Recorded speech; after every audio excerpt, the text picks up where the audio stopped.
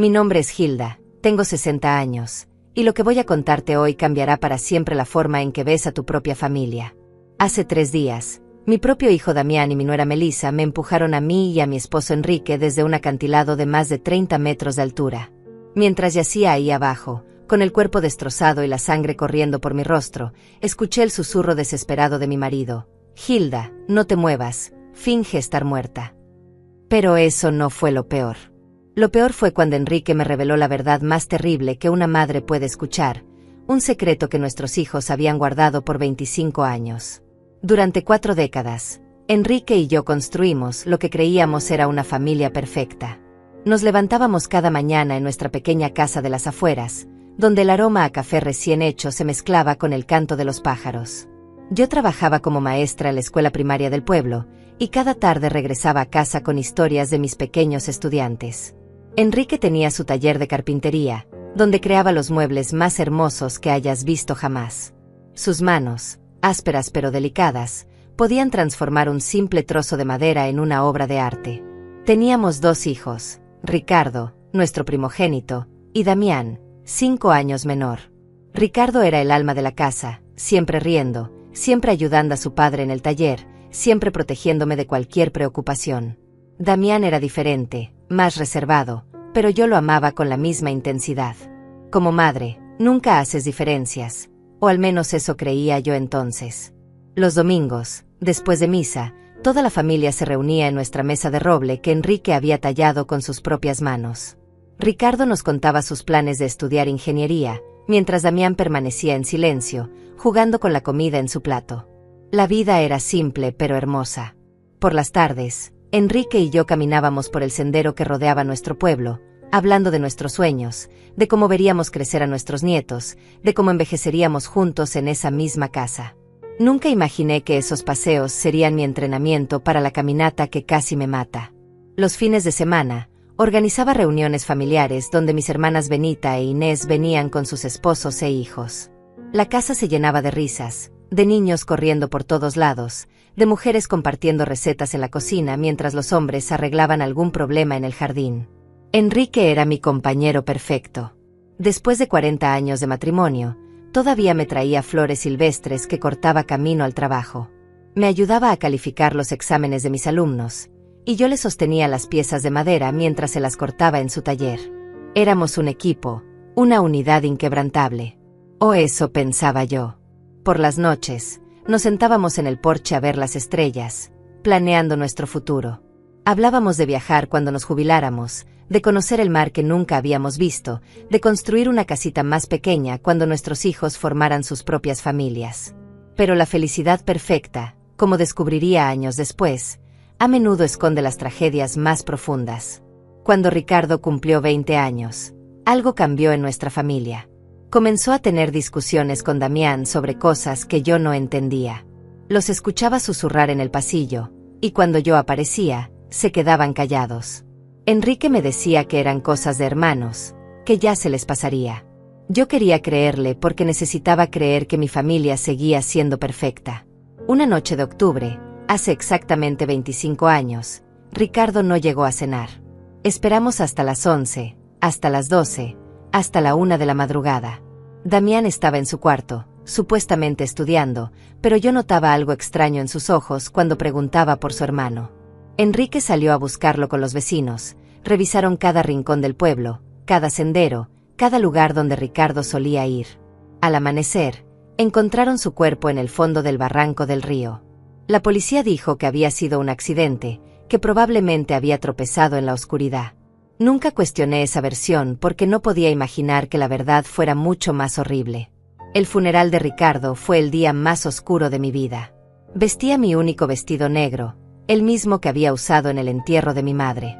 Damián estaba extrañamente calmado para alguien que acababa de perder a su hermano mayor. Mientras yo lloraba hasta quedarme sin lágrimas, él permanecía en silencio, con una expresión que ahora, después de lo que sé, me da escalofríos. Enrique no se separó de mí en todo el día, sosteniéndome cuando mis piernas no podían más, susurrándome palabras de consuelo que ahora sé que tenían un sabor amargo en su boca. Después de la muerte de Ricardo, Damián cambió completamente. Se volvió más atento, más cariñoso, como si estuviera compensando algo. Me ayudaba con las tareas del hogar, acompañaba a su padre al taller, me traía té cuando me veía triste. Yo pensaba que era su forma de lidiar con el dolor, de llenar el vacío que Ricardo había dejado. ¡Qué ingenua fui! Lo que realmente estaba haciendo era construir una máscara perfecta para esconder el monstruo que llevaba dentro. Los años pasaron y la herida nunca sanó completamente, pero aprendimos a vivir con ella. Damián se casó con Melissa, una chica dulce del pueblo vecino, y parecían felices. Tuvieron 2 hijos hermosos, y yo finalmente sentí que la vida nos estaba dando una segunda oportunidad de ser felices.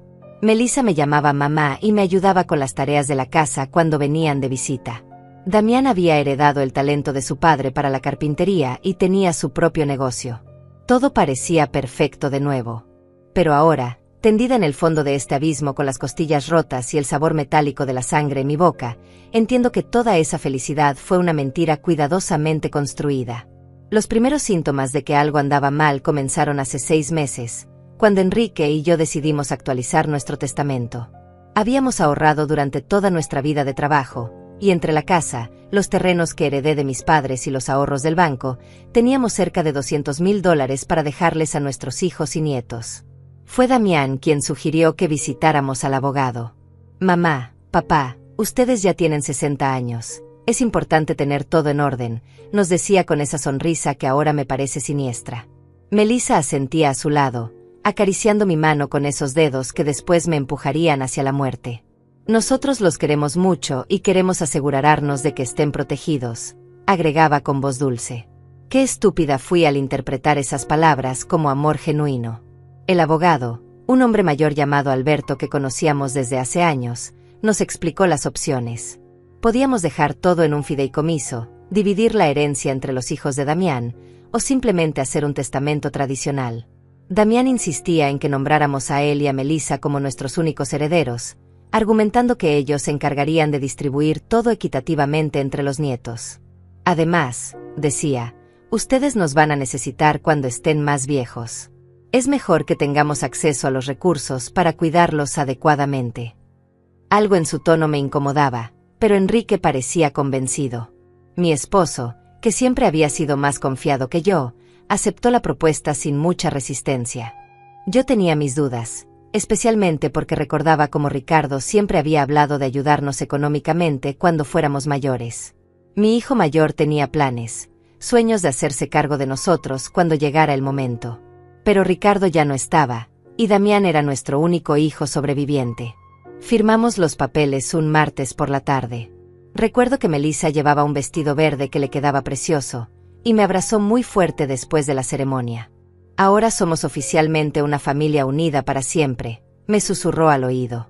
Sus palabras me dieron escalofríos entonces, aunque no entendía por qué. Damián estrechó la mano de su padre con una sonrisa que no llegaba a sus ojos.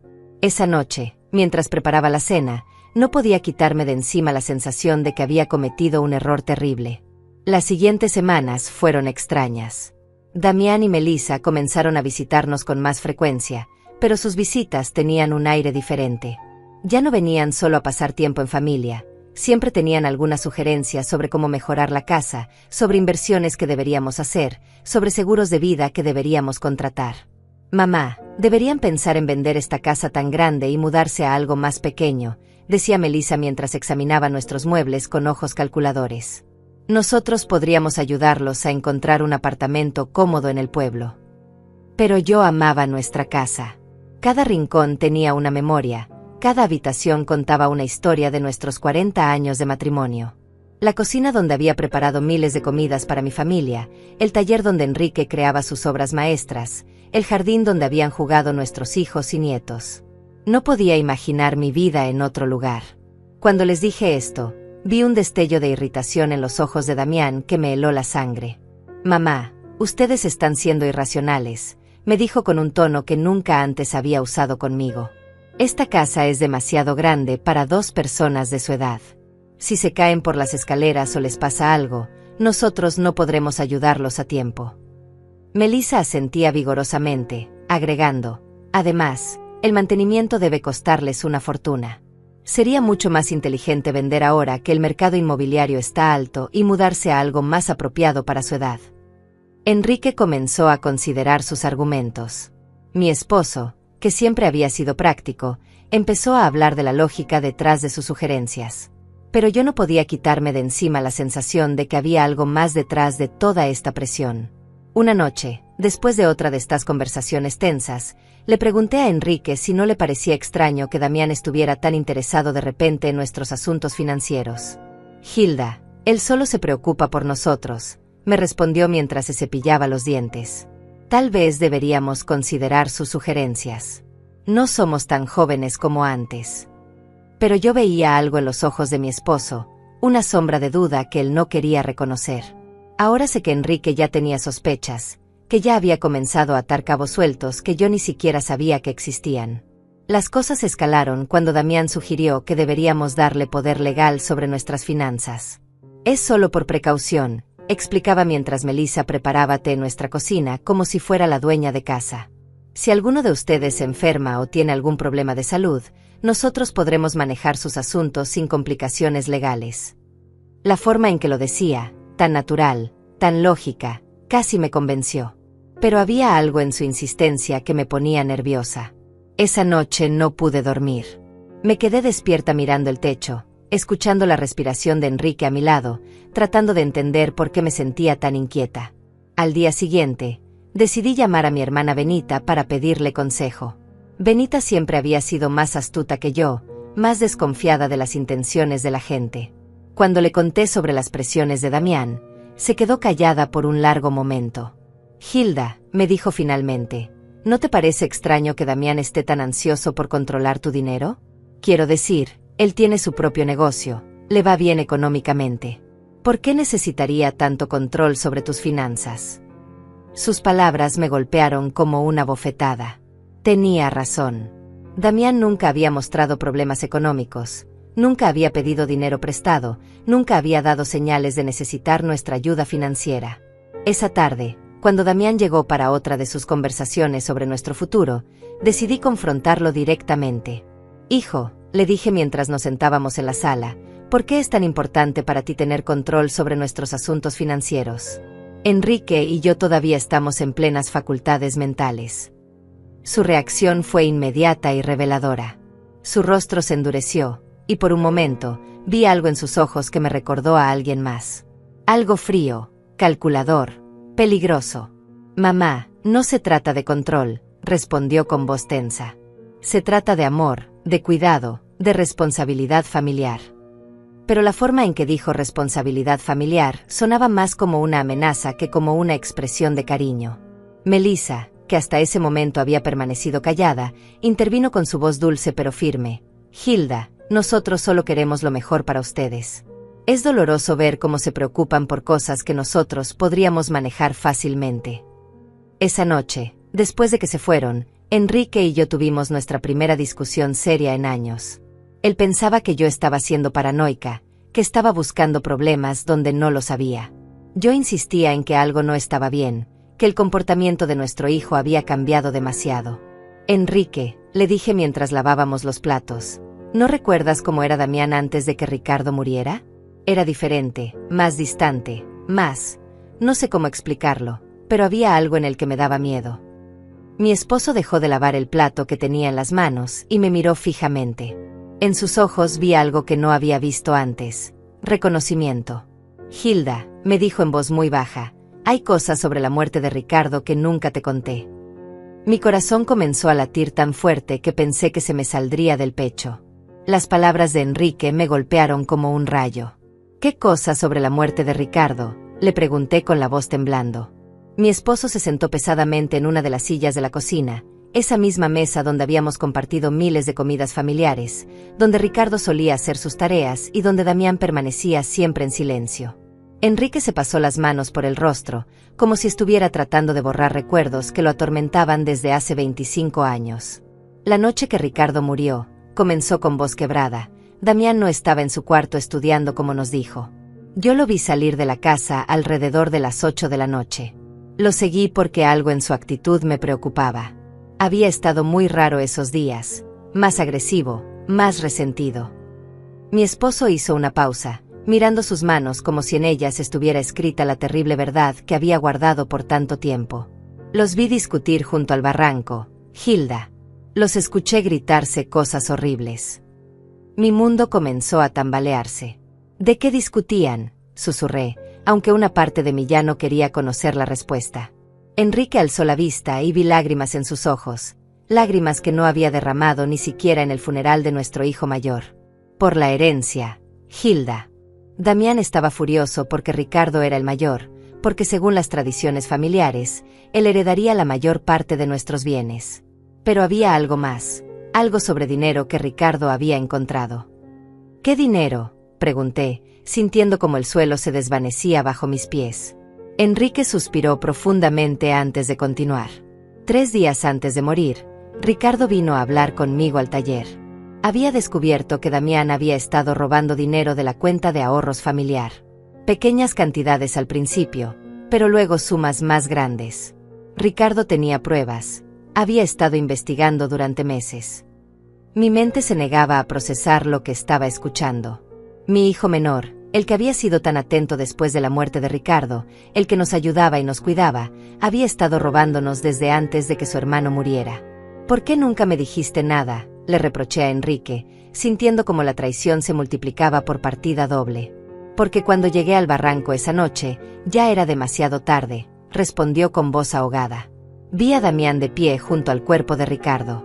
Nuestro hijo menor estaba temblando, llorando, repitiendo una y otra vez: fue un accidente, fue un accidente. Me miró con esos ojos desesperados y me suplicó que lo ayudara. Papá, me dijo, Ricardo se tropezó cuando trataba de golpearme. Yo solo me defendí y él perdió el equilibrio. Punto. Las lágrimas corrían por mis mejillas sin que pudiera controlarlas. Pero tú le creíste, murmuré, aunque ya sabía la respuesta. Enrique asintió lentamente, con una expresión de culpa que lo había carcomido durante décadas. Era mi hijo, Hilda. Mi hijo menor me estaba pidiendo ayuda, y Ricardo ya estaba muerto. No podía devolver la vida a uno destruyéndola del otro. Pensé que había sido realmente un accidente, que Damián había aprendido su lección, que se convertiría en un mejor hombre después de esto. ¿Y el dinero robado?, pregunté, necesitando conocer cada detalle de esta pesadilla. Damián me prometió que lo devolvería poco a poco, que había tomado el dinero para invertir en un negocio que había salido mal. Me juró que nunca volvería a hacer algo así. Y yo le creí, Hilda. Dios me perdone, pero le creí porque necesitaba creer que mi hijo no era un asesino. Me levanté de la mesa tambaleándome, apoyándome en la pared para no caer. Todo lo que había creído sobre mi familia, sobre mi hijo sobreviviente, sobre los últimos 25 años de mi vida, era una mentira. ¿Devolvió el dinero?, pregunté, aunque ya conocía la respuesta por la expresión en el rostro de Enrique. Nunca, respondió. De hecho, siguió robando. Pequeñas cantidades que yo fingía no notar, porque enfrentarlo significaría admitir que había encubierto un asesinato. Me convertí en su cómplice, Hilda. Cada vez que callaba, cada vez que fingía no ver las cuentas bancarias disminuir, me convertía más en su cómplice. La horrible realidad comenzó a tomar forma en mi mente. Por eso está tan interesado en controlar nuestras finanzas ahora, murmuré. No es porque se preocupe por nosotros. Es porque quiere terminar lo que empezó hace 25 años. Enrique asintió gravemente. Y hay algo más, Hilda. Algo que descubrí hace apenas unas semanas. ¿Qué más puede haber?, pregunté, sintiendo que mi corazón no podría soportar más revelaciones. Enrique se dirigió a su escritorio y sacó unos papeles que había estado escondiendo debajo de otros documentos. He estado investigando discretamente las finanzas de Damián. Su negocio de carpintería no está yendo tan bien como él nos hace creer. De hecho, está al borde de la bancarrota. Debe más de $100,000 a varios bancos y proveedores. Los papeles temblaban en mis manos mientras leía las cifras. Damián no era el hombre exitoso que pretendía ser. Era un fracasado desesperado que había estado viviendo de mentiras y dinero robado durante décadas. ¿Melissa sabe todo esto?, pregunté, recordando su dulce sonrisa y sus abrazos cariñosos. Estoy seguro de que sí, respondió Enrique. He notado cómo ella dirige las conversaciones cuando hablan de nuestro dinero. como hace preguntas específicas sobre nuestros ahorros, sobre el valor de la casa, sobre nuestros seguros de vida. No son preguntas inocentes, Hilda. Son preguntas de alguien que está calculando exactamente cuánto vale nuestra muerte. Esa frase me heló la sangre. Nuestra muerte, repetí en un susurro. Era la primera vez que consideraba que Damián pudiera querer hacernos daño físico. Hasta ese momento, pensaba que solo quería robarnos o estafarnos. Pero si había matado a su propio hermano por dinero, ¿qué le impediría matar a sus padres por la misma razón? Enrique, le dije agarrando sus manos, tenemos que ir a la policía. Tenemos que contarles la verdad sobre Ricardo y sobre lo que está pasando ahora. Pero mi esposo negó con la cabeza, con una expresión de desesperanza que me partió el corazón. ¿Con qué pruebas, Hilda? Soy cómplice de encubrir un asesinato. Si hablo ahora, yo también iré a la cárcel. Y además, ¿quién va a creerle a un viejo de 65 años que ha estado guardando este secreto durante 25 años? Tenía razón, y eso me desesperaba. Estábamos atrapados en una telaraña de mentiras y complicidad que nosotros mismos habíamos ayudado a tejer. Entonces, ¿qué hacemos?, pregunté, sintiendo como el pánico comenzaba a apoderarse de mí. Esperamos a que nos mate como mató a Ricardo. Vamos a ser muy cuidadosos, me dijo Enrique, tratando de sonar más confiado de lo que realmente estaba. Vamos a encontrar la forma de protegernos, de reunir pruebas, de... Pero sus palabras se vieron interrumpidas por el sonido del teléfono. Era Damián. «Hola, mamá», dijo con esa voz dulce que ahora me sonaba siniestra. Melissa y yo estuvimos pensando, y creemos que sería hermoso celebrar sus 40 años de matrimonio con algo especial. ¿Qué les parece si el próximo fin de semana los llevamos a conocer esas montañas de las que siempre han hablado? Podríamos hacer una caminata familiar, tomar fotos, pasar un día perfecto juntos. Mi sangre se convirtió en hielo. Miré a Enrique, quien había escuchado la conversación y tenía la misma expresión de terror en su rostro. «Es una idea muy linda, hijo», logré responder con voz temblorosa, «pero déjanos pensarlo y te avisamos mañana». Después de colgar, Enrique y yo nos quedamos mirándonos en silencio, sabiendo que acabábamos de recibir una invitación a nuestra propia ejecución. «Las montañas», murmuré. «Nos va a llevar a las montañas para matarnos y hacer que parezca un accidente». Enrique asintió gravemente, igual que hizo con Ricardo en el barranco. Esa noche no dormimos ni un minuto, abrazados en nuestra cama, planeando cómo podríamos salvarnos de nuestro propio hijo. Los siguientes días fueron una pesadilla de terror y fingimiento.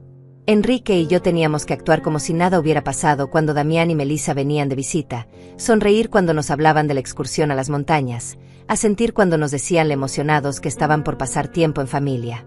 Pero por dentro, cada fibra de mi ser gritaba de miedo. Sabía que estaba mirando a los ojos a los asesinos de mi hijo mayor, y que ahora planeaban hacer lo mismo conmigo y con mi esposo. Melissa llegó el miércoles por la tarde con una bolsa de compras y esa sonrisa radiante que ahora me parecía la mueca de un demonio. «Hilda, querida», me dijo abrazándome con esos brazos que pronto me empujarían hacia la muerte, «compré provisiones para nuestra aventura en la montaña. Galletas, agua, frutas, todo lo que necesitaremos para el picnic». Me mostró el contenido de la bolsa como si fuera una niña emocionada, pero yo solo podía pensar en cómo cada uno de esos objetos podría ser usado para ocultar nuestro asesinato. «También traje mi cámara nueva», agregó, sacando una cámara digital costosa. «Quiero capturar cada momento de este día especial. Van a ser fotografías que atesoraremos para siempre». La ironía de sus palabras me dio náuseas. Las únicas fotografías que tomaría serían las de nuestros cadáveres destrozados al fondo de algún precipicio, si es que alguien alguna vez encontraba nuestros cuerpos. Damián apareció detrás de ella, cargando una mochila de montañismo que parecía nueva. «Papá», le dijo a Enrique con entusiasmo fingido, «compré todo el equipo necesario para una caminata segura. Cuerdas, arneses, linternas, un botiquín de primeros auxilios». Cada palabra que salía de su boca sonaba como una burla cruel. «Equipo de seguridad para planear nuestros asesinatos». La perversidad de la situación me mareaba. «¿No es un poco peligroso para personas de nuestra edad?», pregunté, tratando de sonar casual mientras buscaba cualquier excusa para cancelar el viaje. Melissa me acarició la mejilla con esa ternura falsa que me revolvía el estómago. Por eso elegimos un sendero muy fácil y seguro, me aseguró. Es una caminata que hasta los niños pueden hacer. Además, Damián y yo estaremos ahí para cuidarlos en todo momento. Sí, estarían ahí para cuidarnos, hasta el momento exacto en que decidieran empujarnos por un acantilado. Esa noche, cuando finalmente se fueron, Enrique y yo nos sentamos en nuestra sala, temblando no solo por el frío, sino por el terror absoluto que habíamos estado conteniendo durante horas. No podemos ir, le dije agarrando sus manos. Simplemente no podemos ir. Inventaremos cualquier excusa. Si no vamos, respondió Enrique con voz grave, encontrarán otra forma de matarnos. Tal vez algo que parezca aún más accidental, como un incendio en la casa o un robo que salió mal. Al menos en las montañas sabemos lo que van a intentar hacer. Sus palabras tenían una lógica terrible, pero no me consolaban para nada. Entonces, ¿qué propones?, le pregunté, desesperada por encontrar alguna solución que nos salvara la vida. Enrique se quedó pensativo por unos minutos antes de responder. Vamos a ir, pero vamos a estar preparados. Voy a llevar mi teléfono celular escondido, programado para grabar todo lo que pase. Si logramos sobrevivir, tendremos evidencia. ¿Y si no? Su voz se quebró. Al menos alguien sabrá la verdad. El viernes por la noche apenas pudimos probar la cena. Sabíamos que podría ser nuestra última comida juntos en nuestra casa, en esa cocina donde habíamos compartido tantos momentos felices cuando éramos una familia de verdad. Enrique revisó su testamento una vez más, asegurándose de que, si algo nos pasaba, al menos Damián no se quedaría con todo sin que hubiera algún registro de nuestras sospechas. Escribí una carta, me confesó, sacando un sobresellado de su escritorio. Está dirigida a tu hermana Benita. En ella explico todo lo que sabemos sobre la muerte de Ricardo y sobre lo que creemos que Damián planea hacer con nosotros. La escondí en el lugar donde guardamos los documentos importantes. Si no regresamos de esta excursión, al menos ella sabrá dónde buscar la verdad. Esa noche nos acostamos abrazados, susurrándonos palabras de amor que podrían ser las últimas. Si algo me pasa, me dijo Enrique, quiero que sepas que estos 40 años contigo han sido lo mejor de mi vida. A pesar de todo, a pesar de los errores y los secretos, te amo más que a mi propia vida. Yo lloré en silencio, memorizando el ritmo de su respiración, el calor de su cuerpo, el olor de su piel. El sábado amaneció con un cielo despejado que parecía burlarse de nuestra situación. Damián llegó temprano, silbando una melodía alegre que me heló la sangre. Buenos días, tortolitos, gritó desde la puerta de entrada. Listos para su gran aventura. Melissa apareció detrás de él, radiante como una novia el día de su boda, excepto que esta era una boda con la muerte. Durante el desayuno, que apenas pudimos tocar, Damián nos explicó detalladamente la ruta que seguiríamos. Es un sendero precioso, decía mientras extendía un mapa sobre la mesa. Lleva a un mirador desde donde se puede ver todo el valle. Dicen que las vistas son espectaculares. Sus ojos brillaban con un entusiasmo que me parecía demoníaco. Por supuesto que las vistas serían espectaculares, serían las últimas que veríamos en nuestra vida. El sendero tiene algunas partes un poco empinadas, agregó Melissa, como si estuviera dándonos información útil para turistas, pero nada que no puedan manejar personas expertas como ustedes.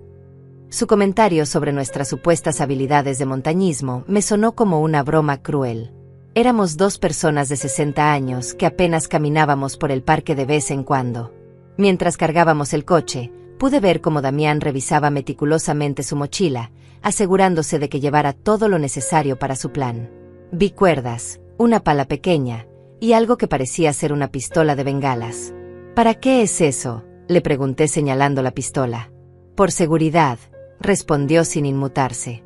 Si nos perdemos o algo sale mal, podemos enviar una señal de socorro. Claro, enviarían una señal de socorro después de empujarnos por un precipicio, para que encontraran nuestros cuerpos y confirmaran que había sido un accidente trágico durante una caminata familiar. Todo estaba calculado, cada detalle había sido planeado para que nuestros asesinatos parecieran perfectamente naturales. El viaje en coche hasta las montañas duró 2 horas que se sintieron como una eternidad. Melissa puso música alegre en el radio y cantaba junto con las canciones, como si realmente estuviéramos yendo a una excursión familiar divertida. Damián manejaba con cuidado, respetando todos los límites de velocidad, deteniéndose en cada señal de alto. No quería arriesgarse a tener un accidente que arruinara sus planes perfectos. Durante el viaje, Enrique me tomó la mano disimuladamente y activó la grabación en su teléfono. Todo lo que pasara a partir de ese momento quedaría registrado. Si lográbamos sobrevivir, tendríamos pruebas. Si no, al menos la verdad no moriría con nosotros. Cuando finalmente llegamos al inicio del sendero, mi corazón latía tan fuerte que pensé que se me saldría del pecho. El lugar era hermoso, con árboles altos y el sonido de un río cercano, pero para mí se había convertido en el escenario de mi propia ejecución. Damián y Melissa bajaron las mochilas del coche, sonriendo y bromeando como si fuera el día más feliz de sus vidas. ¿Listos para la aventura?, preguntó Damián, y por primera vez en 25 años, vi en sus ojos el mismo brillo frío que había tenido la noche que mató a su hermano. El sendero comenzó siendo relativamente fácil, serpenteando entre árboles frondosos y rocas cubiertas de musgo. Melissa caminaba delante de nosotros, tomando fotografías constantemente y comentando sobre la belleza del paisaje. «Miren esas flores silvestres», exclamaba señalando hacia arbustos llenos de flores amarillas. «Y ese pájaro tan hermoso». Su actuación era perfecta, la de una nuera cariñosa disfrutando de un día especial con sus suegros. Damián caminaba detrás de nosotros, supuestamente para asegurarse de que no nos rezagáramos, pero yo podía sentir sus ojos clavados en nuestras espaldas como dagas. Cada vez que me volteaba para mirarlo, me sonreía con esa sonrisa que había perfeccionado durante 25 años de mentiras. «¿Cómo van, papás?», preguntaba con falsa preocupación. «Necesitan que paremos a descansar». Después de una hora de caminata, comenzamos a subir por una parte más empinada del sendero.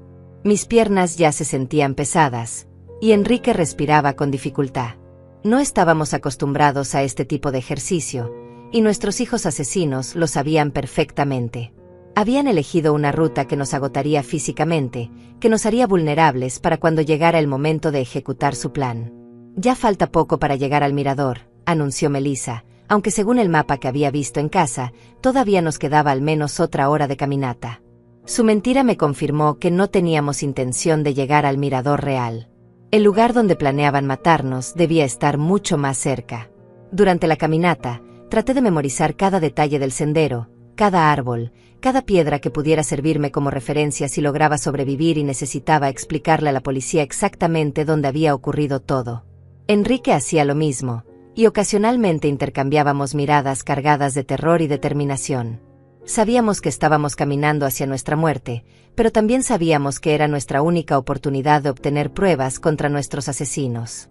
«Oh, miren eso», gritó de repente Melissa, señalando hacia una formación rocosa que se alzaba a nuestra derecha. «Ese acantilado tiene una vista increíble.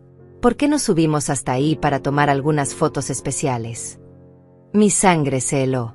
Ahí estaba, el lugar que habían elegido para nuestro asesinato. El acantilado se alzaba unos 30 metros sobre el sendero principal, accesible por un sendero secundario que parecía mucho más peligroso que el que habíamos estado siguiendo. Las rocas estaban sueltas, había menos árboles para agarrarse en caso de tropezar, y desde arriba se podía ver un precipicio que caía hacia un barranco profundo lleno de rocas puntiagudas. «No sé si sea buena idea», dije tratando de sonar casual. «Ese sendero parece bastante peligroso para personas de nuestra edad». Pero Damián ya había comenzado a caminar hacia la desviación, cargando su mochila llena de equipo de seguridad que sabía que no usaría para salvarnos. «Vamos, mamá», me dijo con esa voz que usaba cuando era niño y quería convencerme de algo. «Solo serán unos minutos. Además, Melissa tiene razón, las fotos desde ahí arriba van a quedar espectaculares». La forma en que dijo espectaculares me hizo temblar. Serían espectaculares para quien las viera después, como evidencia de nuestro accidente. Enrique me apretó la mano disimuladamente, recordándome que su teléfono estaba grabando todo. Teníamos que seguir adelante, teníamos que llegar hasta el final para obtener las pruebas que necesitábamos. Si nos negábamos ahora, simplemente encontrarían otra oportunidad, otro lugar, otra excusa para matarnos. La subida hacia el acantilado fue agotadora. Las rocas sueltas se deslizaban bajo nuestros pies, y más de una vez estuve a punto de caer. Pero lo más aterrador era darme cuenta de lo perfecto que era este lugar para un asesinato. Si alguien accidentalmente tropezaba y caía desde arriba, no habría forma de sobrevivir. Y lo más importante, no habría testigos. Ya casi llegamos, gritó Melissa desde arriba, donde ya había llegado con la agilidad de alguien que había planeado esta ruta cuidadosamente. Damián la siguió, y luego nos ayudó a Enrique y a mí a completar los últimos metros de la subida. Sus manos en mis brazos se sentían como las garras de un buitre. El mirador era, efectivamente, espectacular. Desde ahí se podía ver todo el valle, las montañas en la distancia, y el río serpenteando entre los árboles.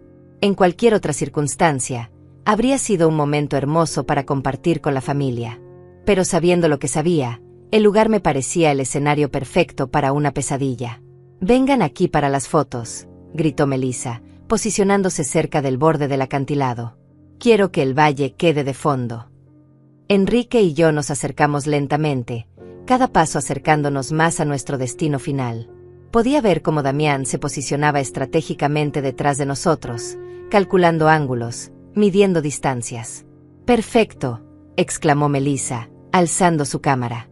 «Ahora abrácense y sonrían». Enrique y yo nos abrazamos, probablemente por última vez, mientras ella tomaba foto tras foto. Cada flash de la cámara me parecía un rayo anunciando la tormenta que estaba por venir.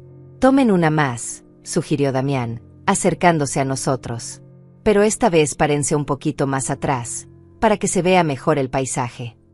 Un paso más atrás significaba estar exactamente en el borde del precipicio. Enrique y yo intercambiamos una mirada. Había llegado el momento. Nos movimos hacia atrás como nos habían pedido, sintiendo como el suelo sólido desaparecía bajo nuestros pies y solo quedaba el vacío del abismo detrás de nosotros. Melissa alzó la cámara una vez más, pero esta vez vi algo diferente en sus ojos. Ya no había necesidad de fingir. La máscara había caído. «Sonrían», dijo con una voz que ya no tenía nada de dulce. «Esta va a ser su última foto». En ese momento, Damián se lanzó hacia nosotros con los brazos extendidos. El plan era simple: empujarnos hacia atrás para que cayéramos al vacío, tomar algunas fotos del accidente, y luego bajar para descubrir nuestros cuerpos destrozados. Pero Enrique había estado preparándose para este momento. En el último segundo, se las arregló para agarrar la muñeca de Damián y tirar de él hacia adelante. «Si vamos a morir, tú vienes con nosotros», le gritó con una furia que no le había visto jamás. Por un momento, los cuatro estuvimos tambaleándonos en el borde del acantilado, agarrándonos unos a otros en una danza macabra entre la vida y la muerte. Melissa gritaba y trataba de ayudar a Damián, pero el peso de todos nosotros era demasiado. Sentí como el suelo cedía bajo mis pies, como la gravedad comenzaba a ganar la batalla. Y entonces caímos. Los cuatro juntos, abrazados en un abrazo mortal, gritando mientras el aire silbaba a nuestro alrededor y el suelo rocoso se acercaba a una velocidad vertiginosa. En esos segundos que duraron una eternidad, pensé en Ricardo, en cómo debió sentirse cuando Damián lo empujó al barranco 25 años atrás. El impacto fue brutal. Escuché el sonido horrible de huesos quebrándose, el de mi propio cuerpo destrozándose contra las rocas. El dolor era indescriptible, pero aún más terrible era el sabor de la sangre en mi boca y la certeza de que esta vez, Damián había ganado. Esta vez, no habría testigos que pudieran contar la verdad. Pero entonces escuché la voz de Enrique, débil pero clara: «Hilda, no te muevas, finge estar muerta». Y me di cuenta de algo increíble: todavía estaba viva. El dolor era tan intenso que pensé que me volvería loca. Cada fibra de mi cuerpo gritaba en agonía, sentía sangre corriendo por mi rostro y algo húmedo y pegajoso empapando mi ropa. Pero la voz de Enrique resonaba en mis oídos como una orden divina: «Finge estar muerta». Con una fuerza de voluntad que no sabía que poseía, me quedé completamente inmóvil, controlando hasta mi respiración para que fuera imperceptible. A unos metros de distancia, podía escuchar los gemidos de dolor de Damián y Melissa. Ellos también habían sobrevivido a la caída, pero por sus quejidos, parecían estar en peores condiciones que nosotros. «¿Melissa?», escuché la voz quebrada de mi hijo. «¿Estás bien?». Su preocupación por su esposa me revolvió el estómago. Este hombre que había asesinado a su propio hermano y había tratado de matarnos a nosotros, todavía era capaz de sentir amor por alguien. «Creo que me rompí la pierna», gimió Melissa. «Duele mucho, Damián. ¿Y los viejos?». La forma despectiva en que se refirió a nosotros me confirmó lo que ya sabía. Nunca habíamos sido familia para ella. Éramos solo obstáculos en su camino hacia nuestro dinero.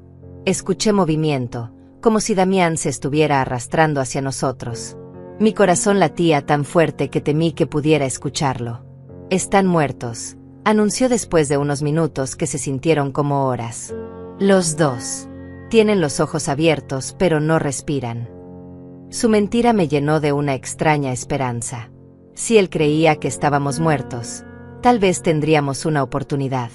«Perfecto», susurró Melissa con una satisfacción que me heló la sangre.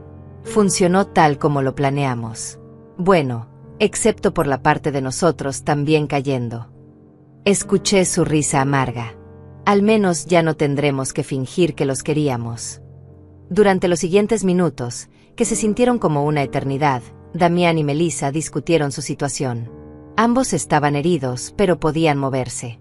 El plan ahora era arrastrarse hasta encontrar un lugar desde donde pudieran pedir ayuda, y luego contar la historia de cómo habían sobrevivido milagrosamente a un accidente trágico que había matado a los pobres abuelitos. «Recuerda la historia», le decía Damián a Melissa. Estábamos tomando fotos cuando una piedra se soltó bajo los pies de papá. Él se tropezó y al tratar de agarrarse, arrastró a mamá con él. Nosotros tratamos de ayudarlos, pero también caímos. Es importante que nuestras versiones coincidan. Lo sé, respondió Melissa. Hemos practicado esto cientos de veces. Somos los sobrevivientes traumatizados de una tragedia familiar. Pobres de nosotros, perdimos a nuestros queridos suegros en un accidente horrible. Su actuación era tan convincente que si yo no hubiera vivido la verdad, habría creído cada palabra. Gradualmente, sus voces se fueron alejando mientras se arrastraban hacia lo que esperaban que fuera su salvación. Cuando finalmente se hizo el silencio, Enrique susurró mi nombre tan bajo que apenas pude escucharlo. «Hilda, ¿estás bien?». Le respondí con el mismo susurro, confirmándole que estaba viva pero terriblemente herida. «Mi pierna izquierda está rota», me dijo con voz entrecortada por el dolor. «Y creo que tengo algunas costillas fracturadas». «¿Y tú?».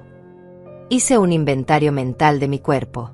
Sentía un dolor punzante en el brazo derecho, mi cabeza palpitaba como si alguien estuviera golpeándola con un martillo, y había algo definitivamente mal con mi hombro. Pero estaba viva, y eso era más de lo que habría esperado. «Estamos mal, pero vivos», susurré. «Tu teléfono sobrevivió». Enrique tanteó cuidadosamente en sus bolsillos, tratando de no hacer ruido. «Está aquí, pero la pantalla está rota. No sé si funciona». Después de unos minutos de manipularlo cuidadosamente, logró activarlo. «Funciona, pero no hay señal aquí abajo». Esa era la parte más aterradora de nuestra situación. Estábamos vivos, pero atrapados en el fondo de un barranco, heridos y sin forma de comunicarnos con el mundo exterior. Si nadie venía a buscarnos, moriríamos aquí lentamente, de sed, de hambre, o por nuestras heridas. «Enrique», le susurré, «antes de que sea demasiado tarde, necesito que me cuentes todo. Todo lo que pasó realmente la noche que murió Ricardo». Mi esposo suspiró profundamente, como si hubiera estado esperando este momento durante 25 años. «Esa noche», comenzó con voz temblorosa, «Ricardo vino a buscarme al taller. Estaba furioso, tenía papeles en las manos, estados de cuenta bancarios. Me mostró evidencia de que Damián había estado robando dinero de nuestras cuentas durante meses. Pequeñas cantidades al principio, luego sumas más grandes. Ricardo había estado investigando porque había notado discrepancias en nuestros ahorros. El dolor físico se mezclaba con el dolor emocional mientras escuchaba la verdad que había estado oculta durante décadas. Ricardo quería confrontar a Damián esa misma noche», continuó Enrique. Yo traté de calmarlo, de convencerlo de que esperáramos hasta el día siguiente, pero él estaba decidido. Dijo que no podía dormir sabiendo que su hermano menor nos estaba robando. «¿Y lo seguiste?», pregunté, aunque ya conocía la respuesta. Lo seguí porque tenía miedo de lo que pudiera pasar. Conocía el temperamento de Ricardo cuando se enojaba, y también había notado algo extraño en Damián últimamente. Una frialdad que me daba escalofríos. «Cuando llegué al barranco», continuó Enrique, «los encontré gritándose. Ricardo tenía los papeles en la mano, agitándolos frente a la cara de Damián. «Eres un ladrón», le gritaba. Le estás robando a nuestros propios padres. Damián negaba todo, decía que Ricardo estaba loco, que estaba inventando cosas. Mi corazón se aceleró mientras imaginaba la escena. Mis 2 hijos, enfrentándose en la oscuridad, uno acusando al otro de traición. ¿Qué pasó después? Enrique hizo una pausa larga antes de continuar. Ricardo le dijo que si no devolvía el dinero y confesaba todo a nosotros, él mismo nos contaría la verdad. Damián se puso furioso. Le gritó que Ricardo siempre había sido el favorito, que siempre había tenido todo fácil, que era hora de que las cosas cambiaran. Y entonces, la voz de Enrique se quebró. Damián empujó a Ricardo. No fue un accidente, Hilda. Lo empujó con toda su fuerza, deliberadamente. Vi cómo Ricardo trataba de mantener el equilibrio, cómo sus brazos se agitaban desesperadamente buscando algo a lo que agarrarse. Pero era demasiado tarde. Las lágrimas corrían por mis mejillas, mezclándose con la sangre de mis heridas. ¿Por qué nunca me dijiste la verdad? Enrique suspiró profundamente. Porque cuando llegué hasta donde estaba Damián, él estaba llorando, temblando, diciéndome una y otra vez que había sido un accidente, que no había querido hacerlo. Me suplicó que no te dijera nada, que no podía perderte a ti también. Pero sabías que era mentira, murmuré. En el fondo de mi corazón, sí. Pero era mi hijo, Hilda. Mi único hijo sobreviviente. ¿Cómo podía entregarlo a la policía? ¿Cómo podía destruir lo que quedaba de nuestra familia? Su justificación me dolía tanto como mis heridas físicas. Y el dinero robado, continuó. Damián me prometió que lo devolvería poco a poco. Me juró que había sido una mala decisión, que había estado desesperado, que nunca volvería a pasar. Pero nunca devolvió ni un centavo. De hecho, siguió robando, y yo seguí callando porque cada día que pasaba me hacía más cómplice de su crimen. En ese momento, escuchamos voces a lo lejos. Damián y Melissa habían logrado encontrar ayuda. Pronto estarían aquí los equipos de rescate, y nuestros hijos asesinos representarían el papel de sus vidas, los sobrevivientes traumatizados de una tragedia familiar. Las voces se acercaban cada vez más, acompañadas del sonido de helicópteros sobrevolando la zona. El equipo de rescate había llegado, y con ellos venía el momento más crucial de nuestras vidas. Enrique y yo teníamos que tomar una decisión en cuestión de minutos. Seguíamos fingiendo estar muertos hasta encontrar la oportunidad perfecta para revelar la verdad, o nos arriesgábamos a ser rescatados junto con nuestros asesinos. Hilda, susurró Enrique urgentemente. El teléfono grabó todo lo que pasó arriba. Tenemos la confesión de Melissa sobre el plan, tenemos a Damián admitiendo que somos obstáculos. Tenemos todo. Pero si nos encuentran vivos ahora, pueden destruir la evidencia antes de que logremos entregarla a las autoridades. Tenía razón.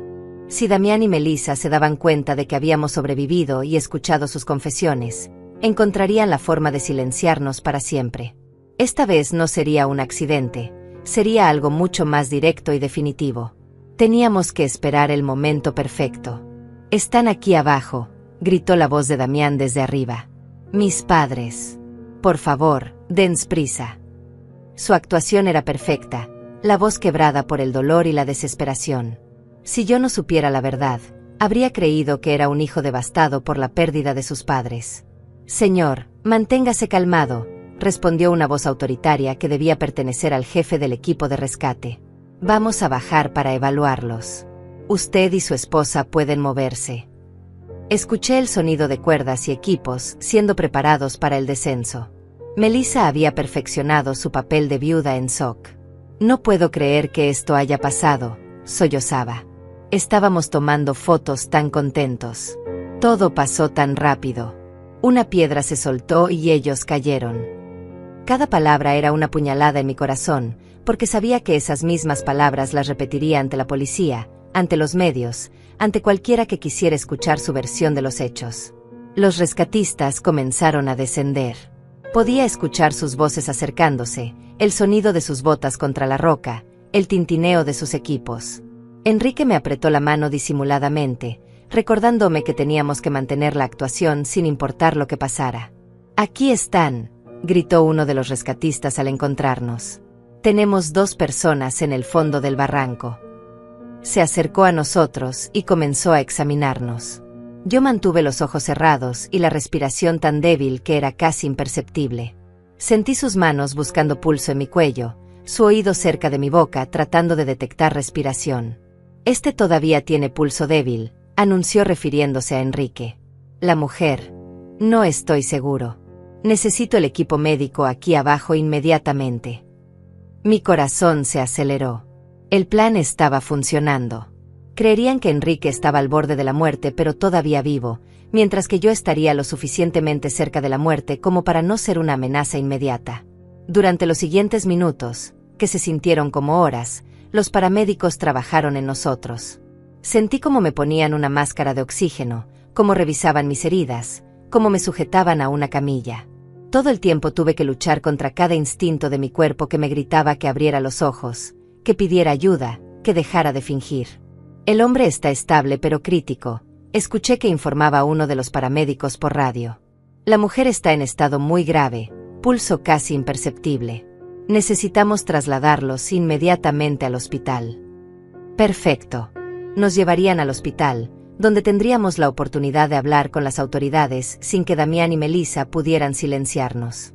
Durante el ascenso en las camillas, pude escuchar los sollozos fingidos de Melissa y las palabras de consuelo que los rescatistas les ofrecían a ella y a Damián. «Fueron muy valientes al sobrevivir a esto», le decía a alguien. «Es un milagro que ustedes estén relativamente bien. Si supieran que el verdadero milagro era que Enrique y yo estuviéramos vivos para contar la verdad». En el helicóptero médico, mientras volábamos hacia el hospital, pude sentir la presencia de Enrique en la camilla al lado de la mía. Los paramédicos estaban concentrados en mantenerle estable, y por sus conversaciones, entendí que realmente estaba en condición crítica. Sus heridas eran más graves que las mías, y por un momento terrible, temí que pudiera morir antes de que tuviéramos la oportunidad de revelar la verdad. «Señora», escuché que me decía uno de los paramédicos, «si puede escucharme, aguante. Vamos a llegar al hospital en unos minutos». Su voz era gentil, llena de una compasión genuina que contrastaba dramáticamente con la falsedad que había estado escuchando de mi propia familia.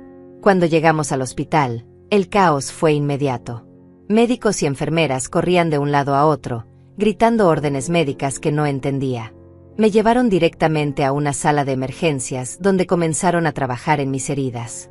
Tenía que seguir fingiendo inconsciencia, pero también tenía que encontrar la forma de comunicarme con alguien en quien pudiera confiar. «Doctor», escuché que decía una enfermera, «sus signos vitales son extraños. Su pulso es más fuerte de lo que esperaríamos para alguien en su supuesto estado». Mi corazón se saltó un latido. ¿Me habían descubierto? ¿Era tan mala actriz que mi propio cuerpo me estaba traicionando? Murmuró el doctor. A veces pasa en casos de trauma extremo. El cuerpo tiene formas misteriosas de aferrarse a la vida. Sigamos monitoreándola de cerca. Su explicación me salvó, pero también me hizo darme cuenta de lo precaria que era mi situación. No podía mantener esta actuación para siempre. Horas después, cuando el hospital se había calmado un poco, escuché voces familiares en el pasillo. Damián y Melissa habían llegado para representar su papel de familiares devastados. «¿Cómo están?», preguntaba Damián con voz quebrada. «Van a sobrevivir». La ironía de sus palabras me dio náuseas. Él esperaba que la respuesta fuera no. «El señor está estable pero aún crítico», escuché que respondía un doctor. La señora... «Bueno, las próximas horas serán cruciales. Hemos hecho todo lo que podemos». Melissa hizo un sonido que supuestamente era un sollozo de dolor, pero que para mí sonaba como un suspiro de alivio.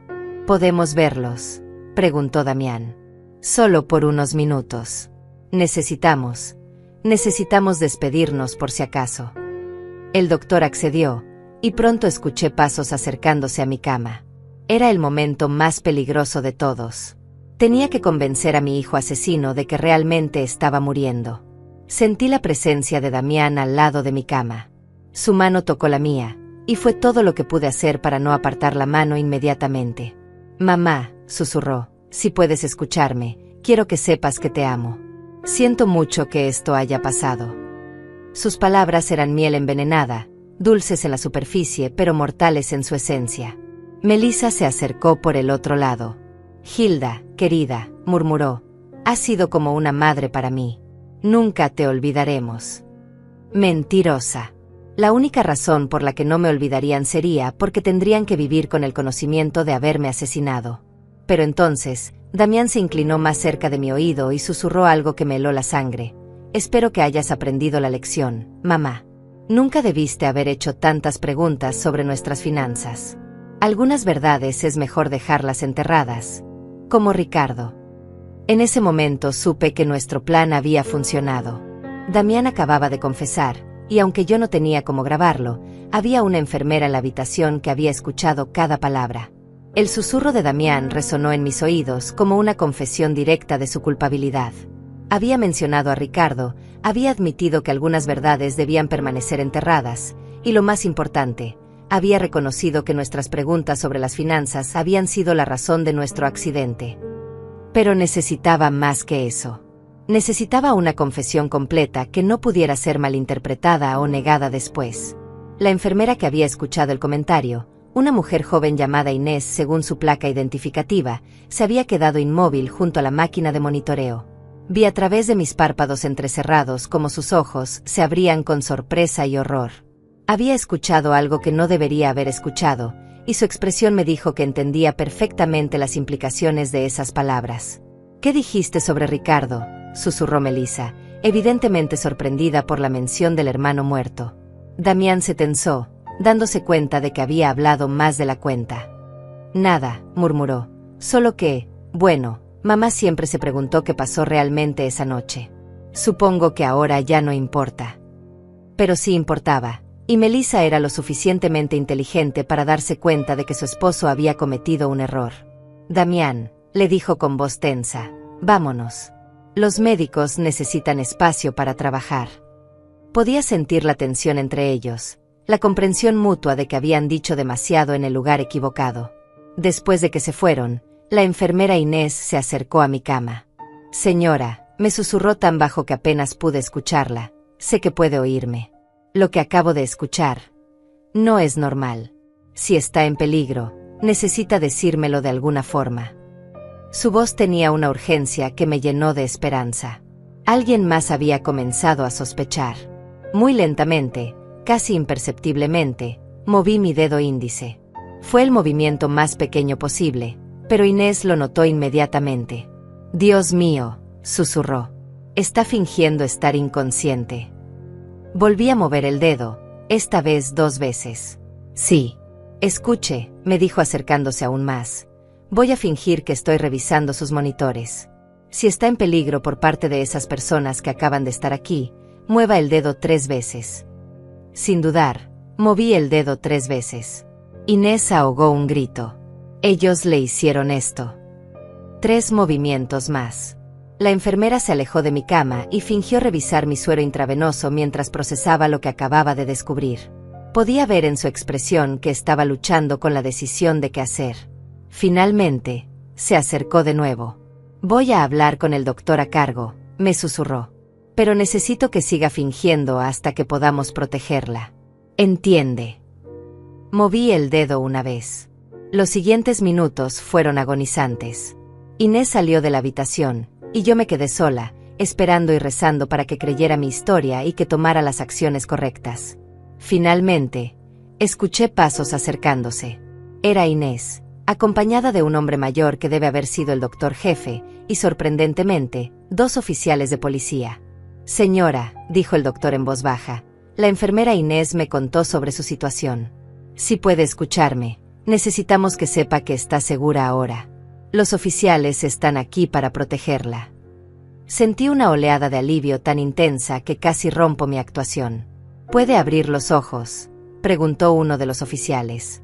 Lentamente, muy lentamente, abrí los ojos. La luz del hospital me cegó momentáneamente, pero gradualmente pude enfocar las caras preocupadas que me rodeaban. Gracias a Dios, murmuró Inés. Pensé que estaba volviéndome loca.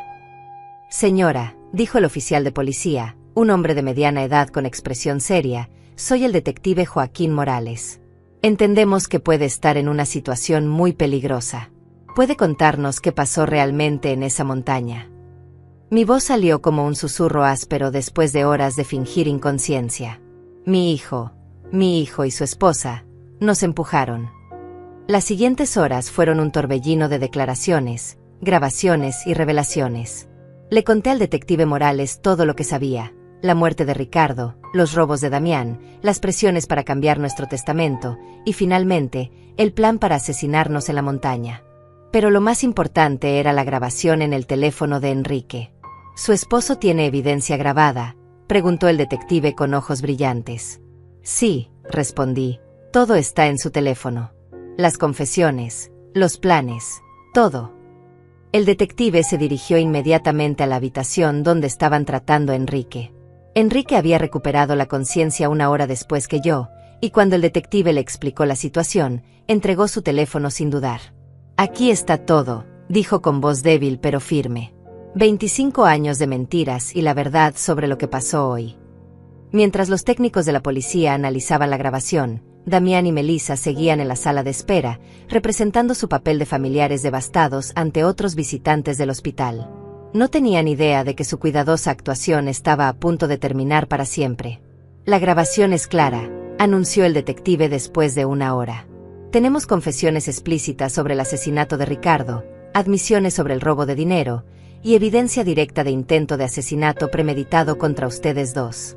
Es más que suficiente para arrestarlos. ¿Pero van a arrestarlos aquí?, pregunté, preocupada por nuestra seguridad. Si se dan cuenta de que estamos vivos y hablando. El detective asintió, entendiendo mi preocupación. Ya tenemos oficiales posicionados. En cuanto tengamos las órdenes de arresto firmadas, los detendremos. Mientras tanto, ustedes están bajo protección policial. La ironía de la situación no se me escapaba. Damián y Melissa estaban ahí abajo, probablemente hablando con otros familiares de pacientes, recibiendo condolencias por nuestra muerte, planeando cómo manejar nuestro funeral y nuestra herencia. No tenían idea de que arriba, en las habitaciones del hospital, estábamos destrozando su mundo cuidadosamente construido de mentiras. «Hay algo más», dijo el detective, sacando una carpeta de papeles. Después de escuchar su historia, investigamos las finanzas de su hijo. No solo está en bancarrota como usted sospechaba. También debe dinero a algunas personas muy peligrosas. Prestamistas no oficiales que no aceptan excusas. Mi sangre se heló. ¿Quiere decir que? Que ustedes no eran solo inconvenientes para él, confirmó el detective. Eran su única salvación. Con la herencia de ustedes, podría pagar sus deudas y empezar de nuevo. Sin ustedes, probablemente estaría muerto en unas semanas. Esa revelación añadía una nueva dimensión a la traición. No solo nos había visto como obstáculos, nos había visto como su salvavidas financiero. Nuestra muerte no era solo conveniente para él, era absolutamente necesaria para su supervivencia. ¿Y qué pasará con nuestros nietos?, pregunté, sintiendo una nueva ola de dolor al pensar en los hijos inocentes de Damián y Melissa. Servicios Sociales se hará cargo de ellos temporalmente, respondió el detective con gentileza. Pero según entiendo, ustedes podrían solicitar la custodia una vez que se recuperen de sus heridas. La idea de criar a los hijos de nuestros propios asesinos era abrumadora, pero también era la única forma de asegurar que algo bueno saliera de esta pesadilla. Esos niños eran inocentes, y merecían una oportunidad de crecer en un hogar donde el amor fuera real, no fingido. Es hora, anunció el detective cuando otro oficial entró a la habitación con papeles en la mano. Las órdenes están firmadas. Vamos a arrestarlos ahora. A través de la ventana de mi habitación, que daba al estacionamiento del hospital, pude ver varios vehículos policiales posicionándose discretamente. El momento que había estado esperando durante 25 años finalmente había llegado. La justicia para Ricardo, la justicia para nosotros, y el fin de las mentiras que habían envenenado nuestra familia durante décadas. El momento del arresto fue algo que jamás olvidaré. Desde mi ventana del hospital, pude ver cómo los oficiales se acercaban discretamente a la sala de espera donde Damián y Melissa seguían representando su papel de víctimas traumatizadas. El detective Morales me había permitido escuchar la operación a través de su radio, así que podía seguir cada momento de lo que estaba a punto de suceder. Damián Herrera y Melissa Herrera, escuché la voz firme del oficial a cargo, están bajo arresto por el asesinato de Ricardo Herrera y el intento de asesinato de Hilda y Enrique Herrera. El silencio que siguió fue ensordecedor. Luego, la voz histérica de Melissa, ¿de qué están hablando? Nosotros somos las víctimas aquí. Nuestros suegros murieron en un accidente. Señora, respondió el oficial con calma, sus suegros están vivos y han proporcionado evidencia completa de sus crímenes. Hubo un momento de silencio absoluto, seguido por un grito de desesperación de Damián. Eso es imposible. Los vimos morir. Estaban muertos. Su confesión involuntaria fue capturada por las grabadoras de la policía, añadiendo otra pieza de evidencia a su caso. A través de la radio, escuché cómo Melissa comenzó a culpar a Damián. Todo fue idea de él.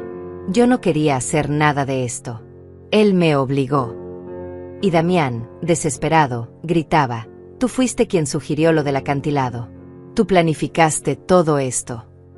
En cuestión de minutos, la alianza que había durado años se desmoronó mientras cada uno trataba de salvar su propia piel. El detective Morales regresó a mi habitación una hora después, con una expresión de satisfacción mezclada con tristeza. Están arrestados y en camino a la estación, me informó. Ambos están tratando de culparse mutuamente, lo cual solo fortalece nuestro caso. Pero hay algo más que necesito contarle. ¿Qué más?, pregunté, aunque no estaba segura de que mi corazón pudiera soportar más revelaciones. Durante el arresto, encontramos esto en la mochila de su hijo, dijo, mostrándome una pequeña grabadora digital. Aparentemente, él había estado grabando sus conversaciones con usted y su esposo durante las últimas semanas, probablemente buscando evidencia de que ustedes sospechaban algo. Mi sangre se heló. ¿Qué significa eso? El detective suspiró. Significa que él sabía que ustedes estaban comenzando a descubrir la verdad. El viaje a la montaña no fue una decisión espontánea, fue una respuesta directa a sus sospechas. En una de las grabaciones, se escucha claramente a Melissa diciéndole, tenemos que actuar rápido antes de que vayan a la policía, punto. La profundidad de la planificación y la frialdad del cálculo me quitaron el aliento. No solo habían planeado matarnos, habían estado monitoreando nuestras conversaciones, evaluando el nivel de peligro que representábamos para ellos. Éramos ratones en un laberinto, y ellos habían sido los científicos observando cada uno de nuestros movimientos. Hay algo más, continuó el detective, que encontramos en la investigación de sus finanzas. Su hijo no solo debía dinero a prestamistas peligrosos, también había falsificado su firma en varios documentos, intentando acceder a sus cuentas bancarias. Si hubieran muerto en esa montaña, él habría tenido acceso inmediato a todos sus recursos. Cada nueva revelación era como otra puñalada. Mi propio hijo no solo había planeado asesinarme, había estado robándome activamente, falsificando mi firma, violando cada principio de confianza familiar que yo había tratado de inculcarle. ¿Cuánto dinero robó en total?, pregunté, aunque ya no estaba segura de querer saberlo. Cerca de $50,000 durante los últimos 5 años, respondió el detective.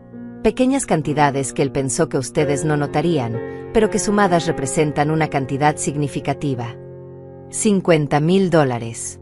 El dinero que Enrique y yo habíamos ahorrado durante décadas de trabajo duro, centavo por centavo, había estado financiando la vida de lujo de nuestro hijo mientras él planeaba nuestro asesinato. Los días siguientes en el hospital fueron un torbellino de entrevistas policiales, visitas de abogados y llamadas de medios de comunicación que habían captado la historia. La prensa local había titulado el caso como la traición familiar más horrible de la década, y reporteros de todo el país querían escuchar nuestra versión de los hechos. Mi hermana Benita llegó desde el pueblo vecino, llorando y abrazándome como si no me hubiera visto en décadas. Hilda, me decía una y otra vez, siempre supe que había algo extraño en Damián después de la muerte de Ricardo, pero nunca imaginé que fuera capaz de esto. Sus palabras me consolaron porque confirmaban que mis instintos maternos no habían estado completamente ciegos. ¿Y los niños?, le pregunté sobre mis nietos, que ahora estaban bajo la custodia temporal de los servicios sociales. Los vi ayer, me respondió Benita con tristeza. Están confundidos, preguntando por qué sus padres no pueden venir a casa. Son demasiado pequeños para entender lo que realmente pasó. El abogado que habíamos contratado, el mismo Alberto que había preparado nuestro testamento, vino a vernos con noticias sobre el proceso legal. El caso es sólido, nos aseguró. Con las grabaciones, las confesiones durante el arresto y toda la evidencia financiera, es casi imposible que escapen de condenas significativas. Pero entonces añadió algo que me heló la sangre. Sin embargo, están tratando de negociar una declaración de culpabilidad menor alegando que fue un crimen pasional, no premeditado. «Crimen pasional», exclamé indignada. «Planearon esto durante semanas. Compraron equipo especial. Eligieron el lugar perfecto». Alberto asintió gravemente. «Lo sé, y tenemos evidencia de la premeditación. Pero sus abogados van a argumentar que fue una decisión desesperada tomada bajo presión financiera extrema».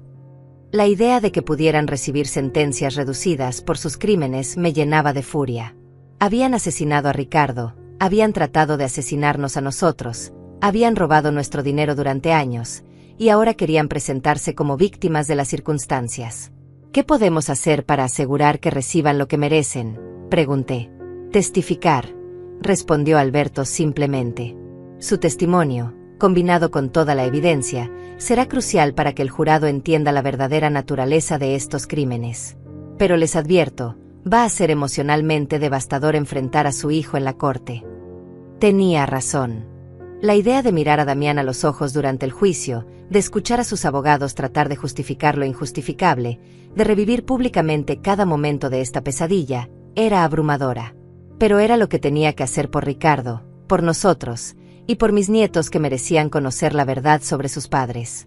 3 semanas después del arresto, Enrique y yo finalmente pudimos ir a casa. Nuestras heridas habían sanado lo suficiente como para permitirnos movernos, aunque él seguía necesitando muletas y yo tenía el brazo en cabestrillo.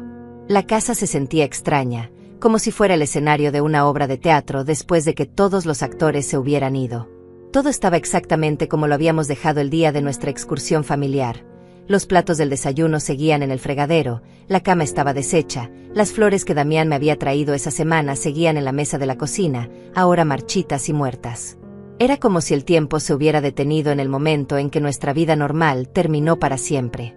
«¿Crees que alguna vez podremos ser felices de nuevo?», le pregunté a Enrique esa primera noche de regreso, mientras nos acostábamos en nuestra cama familiar. Él me abrazó con el brazo que no tenía lastimado y suspiró profundamente. «No lo sé, Hilda. Pero estamos vivos, tenemos la verdad de nuestro lado, y por primera vez en 25 años, no tenemos que vivir con secretos». El juicio comenzó 6 meses después. El día que tuve que testificar, miré a Damián directamente a los ojos por primera vez desde el arresto. No vi remordimiento, no vi dolor, no vi al hijo que había criado. Vi a un extraño frío y calculador que se había disfrazado de mi hijo durante décadas. Cuando terminé mi testimonio, después de relatar cada detalle horrible de nuestra experiencia, me dirigí directamente a él desde el estrado de los testigos. «Damián, no sé quién eres, pero ya no eres mi hijo. Mi hijo murió la noche que mataste a Ricardo, y lo que ha estado viviendo en su lugar durante 25 años es un monstruo que yo ayudé a criar sin darme cuenta». El jurado deliberó durante 3 días antes de encontrar a Damián culpable de asesinato en primer grado por la muerte de Ricardo e intento de asesinato en primer grado por lo que nos hizo a nosotros. Melissa recibió la misma condena como cómplice. Ambos fueron sentenciados a cadena perpetua sin posibilidad de libertad condicional. Ahora, 1 año después, Enrique y yo hemos comenzado el proceso de adoptar formalmente a nuestros nietos. Son niños hermosos e inocentes que merecen una oportunidad de crecer sabiendo lo que es el amor verdadero, no el amor manipulador y tóxico que recibieron de sus padres biológicos. Todas las noches, cuando los acuesto, les hablo de su tío Ricardo, el hermano que nunca conocieron. Les cuento sobre su bondad, su honestidad, su sueño de ser ingeniero. Quiero que sepan que había bondad en su familia, aunque sus padres eligieron el camino de la oscuridad.